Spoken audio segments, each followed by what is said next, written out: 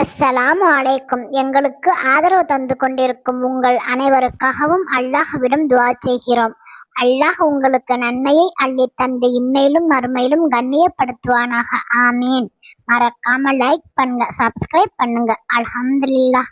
அளவற்ற அருளாளன் நிகரற்ற அன்புடையவனுமாகிய அல்லாஹுவின் திருப்பெயரால் நிறைவுடைய வாழ்வளித்து இந்நெடுநிலத்தை காப்பதற்கு மறையளித்த இறைவனுக்கே மாபெரும் புகழ் அனைத்தும். ஹிஜ்ரி 2ஆம் ஆண்டு சௌபான் மாதம் மக்காவில் அப்துல் முத்தலிபின் மகளும் முகம்மது நபி ஸல்லல்லாஹு அலைஹி வஸல்லம் அவர்களின் அத்தையுமான ஆத்திகா ஒரு கனவு கண்டார். அது ஒரு பயங்கரமான கனவு. அதை கண்டு ஆத்திகா பயந்து விட்டார். அவர் கண்ட கனவில் ஒருவர் ஒட்டகத்தின் மேல் அமர்ந்த வண்ணம் மிக வேகமாக வந்து கொண்டிருந்தார். அவர் அப்தஹ் என்ற இடத்தை அடைந்ததும் ஒட்டகத்தை நிறுத்திவிட்டு உரத்த குரலில் கூறினார், குறைசி குல மக்களே, 3 நாட்களுக்குள் நீங்கள் உங்கள் கொலைக்களத்தை அடைந்து விடுங்கள். புதிய மனிதரின் குரலை கேட்டு மக்கள் அனைவரும் அவரை சுற்றி கூடினர். அவரோ ஒட்டகத்தை கௌபாவை நோக்கி செலுத்தினார். மக்களும் அவரை பின்தொடர்ந்தனர். ஒட்டகமோ கௌபாவின் முகட்டில் ஏறி நின்றது. அவர் மீண்டும் பழையபடி உரத்த குரலில் கத்தினார், குறைசி குல மக்களே, 3 நாட்களுக்குள் நீங்கள் உங்கள் கொலைக்களத்துக்கு சென்றடையுங்கள். கஹ்பா முகட்டில் இருந்த ஒட்டகம் ஒரு குன்றின் மேல் ஏறி நின்றது. அக்குன்றுக்கு அபு குபைல் என்று பெயர். அக்குன்றில் இருந்த அந்த மனிதர் மீண்டும் குரல் கொடுத்தார், குறைசி குல மக்களே, 3 நாட்களுக்குள் நீங்கள் உங்கள் கொலைக்களத்துக்கு சென்று விடுங்கள். குன்றின் மேலிருந்த அம்மனிதர் மிக பெரிய பாறை ஒன்றை மக்காவை நோக்கி உருட்டிவிட்டார். அது உருண்டு உடைந்து பலவாறாக சிதறி மக்காவில் இருந்த வீடுகளிலெல்லாம் விழுந்தன. எந்த வீடும் அதிலிருந்து தப்பவில்லை. ஆத்திகா தான் கண்ட கனவை தன்னுடைய சகோதரர் அப்பாஸை அழைத்து கூறினார். அதை கேட்ட அப்பாஸ், அன்பு சகோதரியே, கண்ட கனவை நீர் யாரிடமும் கூற வேண்டாம். இது யாரிடமும் சொல்ல தகுந்த கனவன்று என்று கூறினார். சகோதரியிடம் கண்ட கனவை யாரிடமும் கூற வேண்டாம் என கூறிய அப்பாஸ் தன் நண்பர் ஒருவரிடம் கனவை பற்றி கூறினார். அச்செய்தி காட்டுத்தீ போல் மக்கா நகர் முழுவதும் பரவிவிட்டது. செய்தியை கேட்ட அபுஜஹிலும் அவனுடைய நண்பர்களும் ஆத்திகாவை கிண்டல் செய்ய தொடங்கினர். இதுவரை ஆண்கள் தான் நபியாக வந்து கொண்டிருந்தார்கள், இப்போதோ பெண்களும் நபியாக வரத் தொடங்கிவிட்டனர் என அப்பாஸை பார்த்து அபுஜஹில் ஏளனமாக கூறினான். ஆனால் ஆத்திகா கண்ட கனவோ நனவாகிவிட்டது. அபு சுபியானின் மகன் ஜம்ஜம் 3 நாட்களுக்கு பிறகு மக்கா வந்து நின்று கனவில் கண்ட மனிதரைப் போல் கத்திக் கொண்டு நின்றார். அவர் ஒட்டகத்தின் 2 காதுகளையும் அறுத்துவிட்டு சட்டையை கிழித்து கொண்டு நின்றார். ஒட்டக சேனத்தை திருப்பி விட்டபடி, குறைசி குல மக்களே, சிரியா சென்ற உங்கள் கூட்டத்தார் திரும்பி வந்து கொண்டிருக்கிறார்கள். அவர்கள் பலவிதமான பொருள்களோடு கஸ்தூரியும் வாசனை பொருள்களும் கொண்டு வருகிறார்கள். வரும் வழியில் அவர்களிடமிருந்து முகம்மதும் அவருடைய தோழர்களும் தட்டி பறிக்காமல் இருக்க நீங்கள் காப்பாற்ற விரையுங்கள். ஓடோடி செல்லுங்கள், உதவிக்கு விரையுங்கள், உங்கள் பொருள்களை பாதுகாத்து கொள்ளுங்கள் என்று உரத்த குரல் கொடுத்தார். அரேபியர்களின் தன்மான உணர்வும் ரோசமும் எல்லாரும் அறிந்ததுதானே. ஒருவர் மற்றொருவரால் கொல்லப்பட்டார் என்றால் ஒரு போராட்டமே உருவாகிவிடும். சிறிது நேரத்தில் பெரும் போர் மூண்டுவிடும். இருபுறத்திலும் பெரும் படை திரண்டு இரத்த ஆறு ஓட ஆரம்பித்துவிடும். பிறகு இப்போர் பல்லாண்டுகள் தொடர்ந்து நீடித்து நிற்கும். பல குடும்பங்கள் நாசமாகி பல குளங்கள் அழிந்துவிடும். எனினும் போர் மட்டும் ஓயாது. அரேபியாவில் எழுதவும் படிக்கவும் தெரிந்தவர்கள் விரல் விட்டு எண்ணக்கூடியவராய் இருந்தும் கொலை செய்யப்பட்டவரின் பெயர் ஏட்டில் குறிக்கப்பட்டு தலைமுறை தலைமுறையாக பிள்ளைகளுக்கு நினைவூட்டப்படும். பிள்ளைகள் பெரியவர்களானாலும் பழிக்கு பழி வாங்குவார்கள். அரபுலகில் தாஹிஸ், பதீஸ் என பெயர் பெற்ற 2 போர்கள் 40 ஆண்டுகள் தொடர்ந்து நடந்தன. பழிக்கு பழி வாங்க நடந்த இப்போர்களில் 1000 மக்கள் உயிர் விட்டனர். ஹிஜ்ரி 2ஆம் ஆண்டு ரஜப் மாதத்தில் ஒரு நிகழ்ச்சி நடந்தது. அண்ணன் நபி நாயகம் ஸல்லல்லாஹு அலைஹி வஸல்லம் அவர்கள் குறைசிகளின் திட்டங்களை பற்றி அறிந்து வர 12 தோழர்களை நக்லா எனும் பள்ளத்தாக்குக்கு அனுப்பினார்கள். அப்போது தற்செயலாக குறைஷிகளின் சிறு கூட்டம் பள்ளத்தாக்கு பகுதியில் வந்தது. குறைஷிகளை முஸ்லிம்கள் மறிக்க கைகலப்பு ஏற்பட்டது. அதில் குறைஷிகளில் ஒருவர் இறக்க இருவரை கைது செய்து கொண்டு முஸ்லிம்கள் அன்னலாரிடம் வந்தனர். கொல்லப்பட்டவர் அம்ர் இப்னு ஹல்ரமி என்பவர். இவர் ஆமிர் இப்னு ஹல்ரமியுடைய சகோதரர் ஆவார். முஸ்லிம்களின் இச்செயலைக் கண்டு அன்னலார் கோபம் அடைந்தார்கள். நான் உங்களை கொள்ளையடிப்பதற்கும் கொலை செய்வதற்கும் அனுப்பவில்லையே என வன் செயலில் ஈடுபட்டவர்களிடம் அன்னலார் கடிந்து கொண்டார்கள். இச்செய்தியை அறிந்த குறைஷிகள் அடக்க இயலாத அளவில் கோபம் கொண்டனர். பழிவாங்கும் உணர்ச்சி தலைக்கு மேலேறியது. முஸ்லிம்களோடு மோத வாய்ப்பு தேடிக் கொண்டிருந்த குறைஷிகளுக்கு ஜம்ஜமின் அழைப்பு எரியும் தீயில் எண்ணெய் வார்த்தது போலிருந்தது. இரவு பகலாக முஸ்லிம்களோடு போர் செய்ய சிந்தித்துக் கொண்டிருந்த குறைஷிகள் உடன் போருக்கான ஆயத்தங்களில் இறங்கினர்.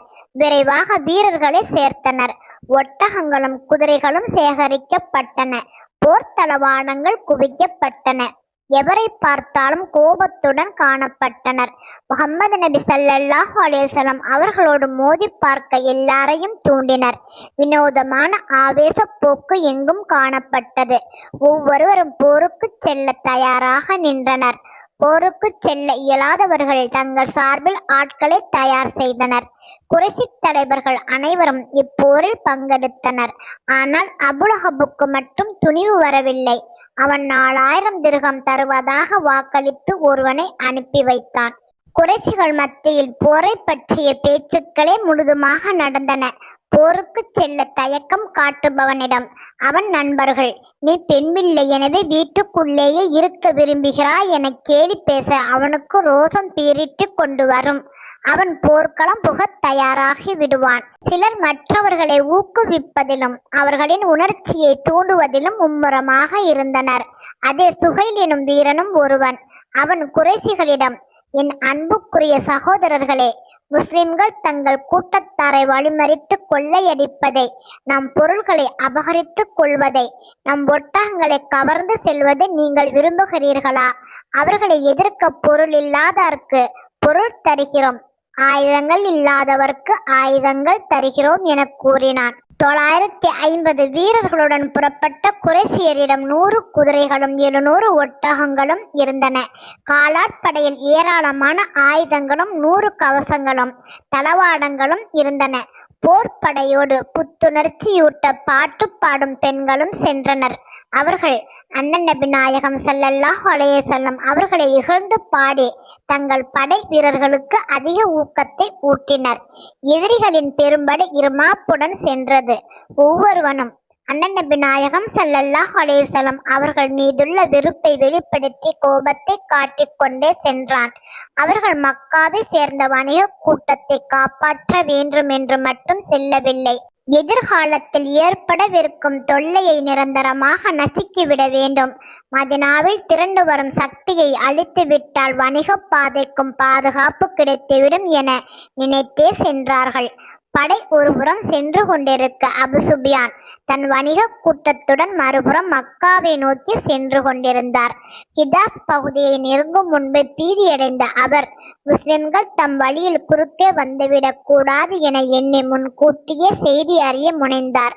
மக்கா சென்ற ஜம்ஜம் செய்தி சொல்லி குறைஷிகளை உதவிக்கு அழைத்து கொண்டு எதிரில் வருவான் என அபு சுபியான் எதிர்பார்த்ததற்கு மாறாக யாருமே வரவில்லை. அபு சுபியான் தன் கூட்டத்தினருடன் பத்ர் என்னும் நீரூற்றுள்ள இடத்தை அடைந்தார். அப்போது ஒட்டகங்கள் வேகமாக ஊற்றை நோக்கி விரையத் தொடங்கின. அவற்றுக்கு அப்போது தண்ணீர் தேவையே இல்லை. ஒரு நாளுக்கு முன்புதான் அவை நிறைய தண்ணீர் அருந்தியிருந்தன. ஒட்டகங்களின் செயலை கண்ட அபு சுபியான் குழுவினர் பீதி அடைந்தனர். இதுவரை ஒட்டகங்கள் அடுத்தடுத்து தண்ணீர் குடித்ததில்லையே, இன்று என்ன நேர்ந்தது என அவர்கள் சிந்தித்தனர்.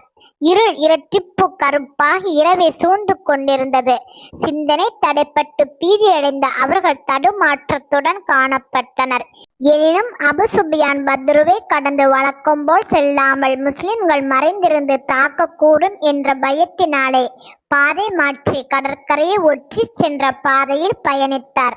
பத்ருவை இடப்பக்கமாக விட்டு வலப்பக்கமாக அமைந்த அப்பாதையில் அவர் மிகவும் வேகமாக சென்றார். மக்காவை விட்டு புறப்பட்ட அபூஜஹலும் குறைஷிகளும் தண்ணீரை கண்ட இடங்களிலெல்லாம் கூடாரம் விட்டார்கள். கூடி கும்மாளமிட்ட அவர்கள் ஒட்டகங்களை அறுத்து விருந்துண்டதோடு மற்றவர்களுக்கும் விருந்து படைத்தார்கள். பின் குடியையும் கூத்தையும் முடித்து கொண்டு பயணத்தை தொடர்ந்தார்கள். அவர்கள் பயணம் சென்று கொண்டிருந்த போது மக்காவில் இருந்து வந்த ஒருவர் சொன்னார், சகோதரர்களே, நீங்கள் மக்காவுக்கு திரும்பி விடுங்கள். வணிக கூட்டம் முகம்மதிடமோ அவருடைய தோழர்களிடமோ சிக்கிக் கொள்ளவில்லை. அவர்கள் நல்ல விதமாக மக்கா வந்து சேர்ந்து விட்டார்கள். நீங்கள் திரும்பி செல்வதுதான் நல்லது. மதினாவாசிகளுடன் மோத விரும்பாதீர்கள். அவர்கள் உங்களை வெள்ளரி பழத்தை வெட்டுவது போல் வெட்டி போட்டு விடுவார்கள். குறைஷிகள் மீண்டும் பயணத்தை தொடர முயற்சி செய்த போது மக்காவில் இருந்து வந்த அந்த மனிதர், வணிக கூட்டத்தை பாதுகாக்கத்தானே புறப்பட்டு வந்தீர்கள்? வணிக கூட்டம்தான் எந்தவித தனங்களும் இன்றி மக்காவை அடைந்து விட்டதே.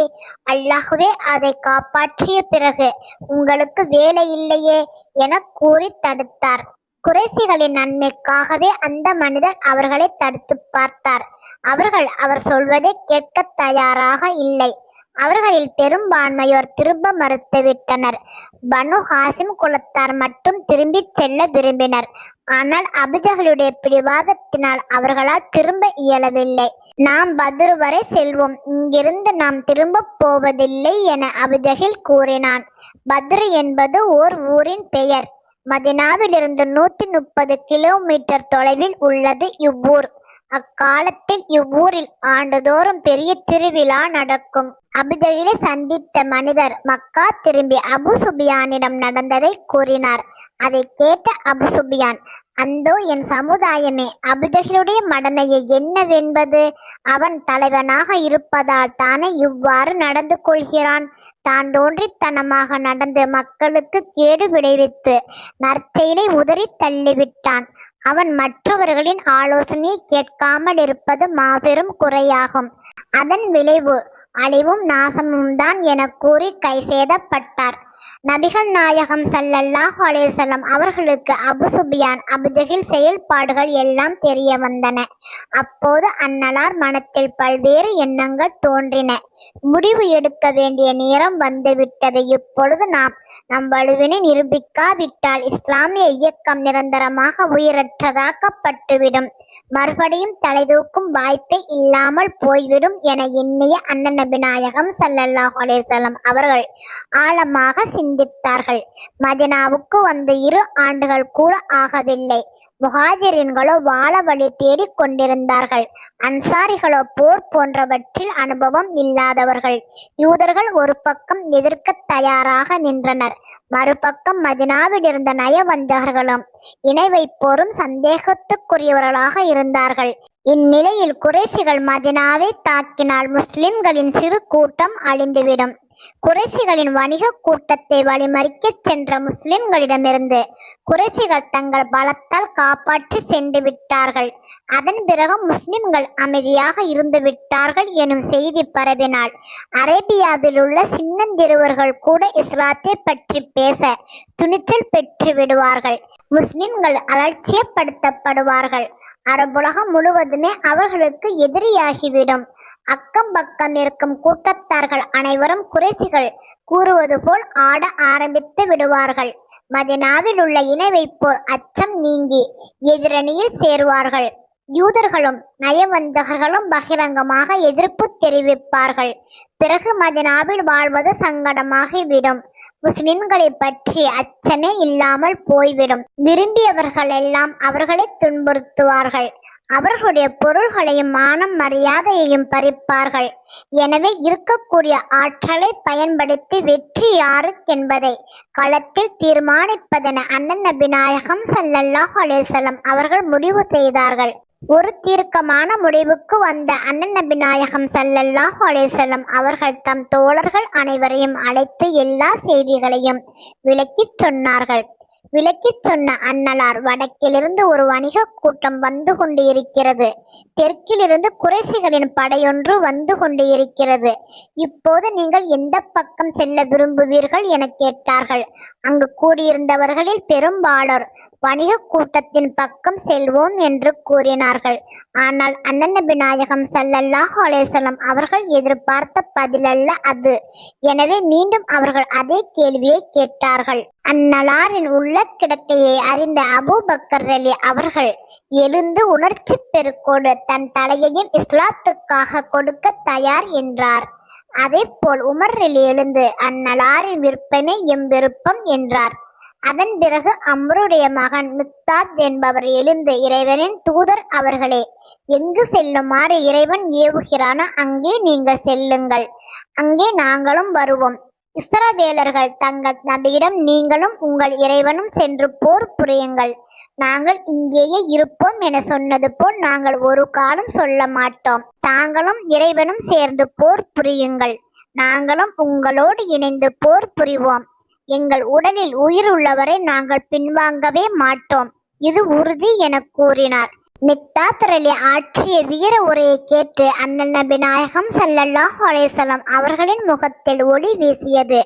அவரை புகழ்ந்ததோடு அன்னலார் வாழ்த்தவும் செய்தார்கள். அதன் பிறகு அண்ணன் நபி நாயகம் ஸல்லல்லாஹு அலைஹி வஸல்லம் அவர்கள் அன்சாரிகளை பார்த்து, மக்களை நீங்களும் ஏதாவது சொல்லுங்கள் என கூறினார்கள். அவர்கள் தங்களைத்தான் அண்ணன் நபி நாயகம் ஸல்லல்லாஹு அலைஹி வஸல்லம் அவர்கள் கருத்து கூறச் சொல்கிறார்கள் என்பதை புரிந்து கொண்டார்கள். அன்சாரிகளுக்கு இது புதியதோர் முதல் வாய்ப்பாக இருந்தது. இதற்கு முன் அவர்கள் இது போன்ற நிகழ்வுகளிலோ போர்களிலோ கலந்து கொண்டதில்லை. சஹத் இப்னு முஆத் ரலி என்பார் மதீனாவில் இருந்த தலை சிறந்தவர்களில் ஒருவர். அவர் எழுந்த, இறை தூதர் அவர்களே, எங்களை தானே கேட்கிறீர்கள் என கேட்டார். ஆமாம், மதீனா மக்களின் வாக்கு மூலத்தையே கேட்க விரும்புகின்றேன் என அண்ணன் நபி நாயகம் ஸல்லல்லாஹு அலைஹி வஸல்லம் அவர்கள் மொழிந்தார்கள். இறை தூதர் அவர்களே, நான் இப்பொழுது அன்சாரிகளின் சார்பாக பேசுகின்றேன். நாங்கள் உங்கள் மீது நம்பிக்கை வைத்துள்ளோம், உங்களை உண்மையாளர் என ஏற்றுக் கொண்டிருக்கின்றோம். தங்கள் ஆணைகளுக்கு பணிவதாக நாங்கள் உறுதிமொழி எடுத்துள்ளோம். இறை தூதர் அவர்களே, தாங்கள் என்ன செய்ய நினைத்துள்ளீர்களோ அதன்படியே செய்யுங்கள். இறைவன் மீது ஆணை, தாங்கள் எங்களை அழைத்து கொண்டு கடலில் குதித்தாலும் நாங்கள் மகிழ்ச்சியுடன் அதற்கும் தயாராக இருக்கின்றோம். நாங்கள் எதற்கும் தயங்க மாட்டோம், பின்வாங்க மாட்டோம். தாங்கள் விரும்பியவர்களுடன் சமாதானம் செய்து கொள்ளுங்கள், வீறு கொண்டு எழுவோருடன் போர் செய்து கொள்ளுங்கள். தங்களுக்காக எங்கள் செல்வம் அனைத்தையும் தங்கள் காலடியில் கொட்டுவோம்.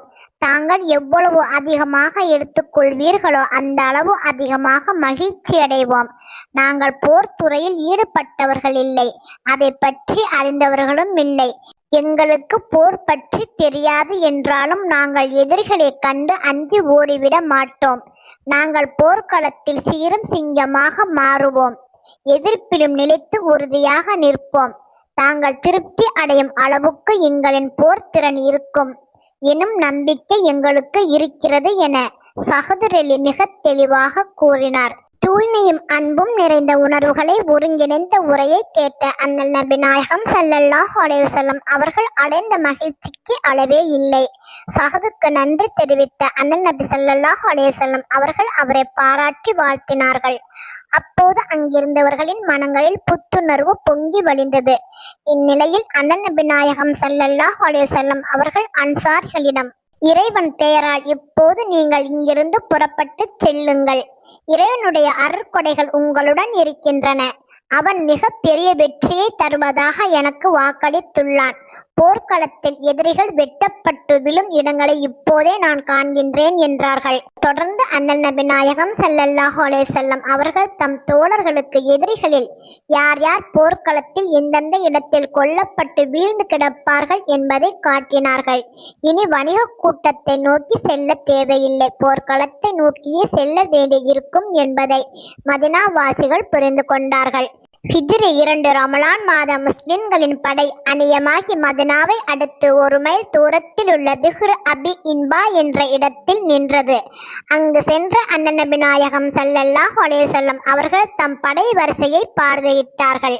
அதிலிருந்த இளம் வயதினரை விலகிச் செல்லும்படி செய்து ரவுஹா என்ற இடத்துக்கு படையை நடத்தி சென்றார்கள். அங்கு தொழுகை நடத்திய அண்ணன் நபி ஸல்லல்லாஹு அலைஹி வஸல்லம் அவர்கள் இறுதியில் எதிரிகளை சபித்தார்கள்.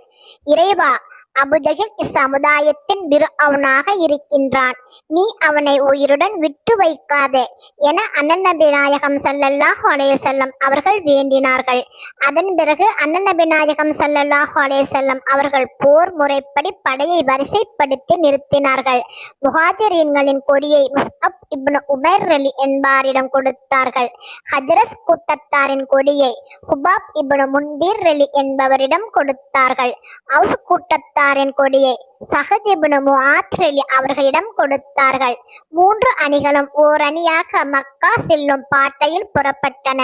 அவர்கள் மொத்தம் 313 பேர் இருந்தார்கள். அவர்களோடு படையில் 70 ஒட்டகங்களும் 3 குதிரைகளுமே இருந்தன. முஸ்லிம்களின் படை முன்னேறி பத்ரு என்ற இடத்தில் பாளையம் இறங்கியது. அங்கு முகாமிட்ட பிறகு அண்ணன் நபி நாயகம் ஸல்லல்லாஹு அலைஹி வஸல்லம் அவர்கள் அலி ரலி, ஜுபைர் ரலி, சஹத் பின் அபி வக்காஸ் ரலி ஆகிய மூவரையும் உளவறிந்து வரச் சொன்னார்கள். அங்கிருந்து சிறு தொலைவில் தெரிந்த மலையொன்றை சுட்டிக்காட்டி, அங்கொரு கிணறு உள்ளது, அதன் அருகில் சென்று குறைசியரின் நடமாட்டம் எதுவும் தெரிகிறதா என்பதை கண்டு வாருங்கள் என அண்ணன் நபி நாயகம் ஸல்லல்லாஹு அலைஹி வஸல்லம் அவர்களை அனுப்பி வைத்தார்கள். மலையடி வார கிணற்றருகே உளவறிய சென்றோர் குறைசிகளில் சிலர் அங்கே தண்ணீர் குடித்துக் கொண்டிருப்பதை கண்டார்கள். குறைசிகளுடன் 2 அடிமைகளும் இருந்தனர். அவர்கள் இருவரும் அபு சுபியானுடைய அடிமைகள் என கருதி அவர்கள் இருவரையும் சென்றவர்கள் பிடித்துக் கொண்டார்கள். மற்றவர்கள் தப்பி ஓடிவிட்டார்கள். தப்பி ஓடியவர்கள் தங்கள் படையிடம் சென்று, முஸ்லிம்கள் நம் ஆட்களை சிறைப்பிடித்து கொண்டு சென்று விட்டார்கள் என்று கூறினார்கள். இதை கேட்டதும் இறை மறுப்பாளர்களான எதிரிகள் வெகுண்டெழுந்தனர். அவர்களின் மத்தியில் மாபெரும் கொந்தளிப்பு ஏற்பட்டது. அடிமைகளை சிறைப்பிடித்து வந்த அலியும் தோழர்களும் அவர்களிடம் அபு சுபியானை பற்றி கேட்டனர். அவர்கள் தங்களுக்கு அபு சுபியானை பற்றி தெரியாது, நாங்கள் குறைசிகளுக்கு தண்ணீர் எடுக்கவே வந்தோம் என்றார்கள். அவர்கள் பொய் சொல்வதாக நினைத்து துன்புறுத்தப்பட்டனர். பின்னர் அவர்கள் தாங்கள் அபு சுபியானுடைய அடிமைகள் என கூறியதும் முஸ்லிம்கள் அவர்களை அடிக்காமல் விட்டுவிட்டனர். அப்போது அண்ணன் நபி நாயகம் ஸல்லல்லாஹு அலைஹி வஸல்லம் அவர்கள் தொழுகையை நிறைவேற்றிவிட்டு வந்தார்கள். இவர்கள் உண்மை சொல்லும் போது நீங்கள் பொய் சொல்வதாக நினைத்து அடித்தீர்கள். அடிக்கு பயந்து இவர்கள் பொய் சொல்லும் போது அடிக்காமல் விட்டுவிட்டீர்கள். இவர்கள் உண்மையில் குறைசிகளின் அடிமைகளே. இவர்கள் முதலில் உண்மைதான் சொன்னார்கள் என அண்ணன் நபி நாயகம் ஸல்லல்லாஹு அலைஹி வஸல்லம் அவர்கள் கூறினார்கள். பிறகு அவ்விருவரிடமும் அண்ணன் நபி நாயகம் ஸல்லல்லாஹு அலைஹி வஸல்லம் அவர்கள் அபு சுபியானை பற்றி கேட்டனர். அவர்கள், நாங்கள் அபு சுபியானை கண்டதும் இல்லை, அவரை பற்றி எங்களுக்கு எதுவும் தெரியாது என்றனர். குறைசிகள் எங்கே இருக்கிறார்கள் என அன்னலார் கேட்டபோது அவ்விரு அடிமைகளும் சிறிது தூரத்தில் இருக்கிறார்கள் என்றார்கள். அவர்கள் படையில் எத்தனை பேர் இருக்கிறார்கள் என அன்னலார் கேட்டார்கள். எண்ணிக்கை தெரியாது, ஆனால் அதிகமான பேர் இருப்பார்கள் என அடிமைகள் சொன்னார்கள். அவர்கள் தினமும் எத்தனை ஒட்டகங்கள் அறுக்கிறார்கள் என அன்னலார் கேட்டார்கள். 9 அல்லது 10 ஒட்டகங்கள் அறுக்கப்படுகின்றன என்றார்கள் அடிமைகள். அடிமைகளோடு பேச்சை முடித்துக் கொண்ட அண்ணன் நபி நாயகம் ஸல்லல்லாஹு அலைஹி வஸல்லம் அவர்கள் தம் தோழர்களை நோக்கி கூறினார்கள், நம்முடைய எதிரி படையினர் தொகை 900க்கும் 1000க்கும் இடையில் இருக்கலாம். மக்கா தனது இதய துண்டுகளை உங்கள் முன் எரிந்துள்ளது என்று கூறினார்கள். இதன் தொடர்ச்சி இன்ஷா அல்லாஹ் வரும் நாட்களில் கேட்கலாம். இறைவனுக்கு அஞ்சுவோம், இறைவனின் கட்டளைக்கு கீழ்ப்படிவோம். தபாரக்கல்லாஹ், அல்ஹம்துலில்லாஹ்.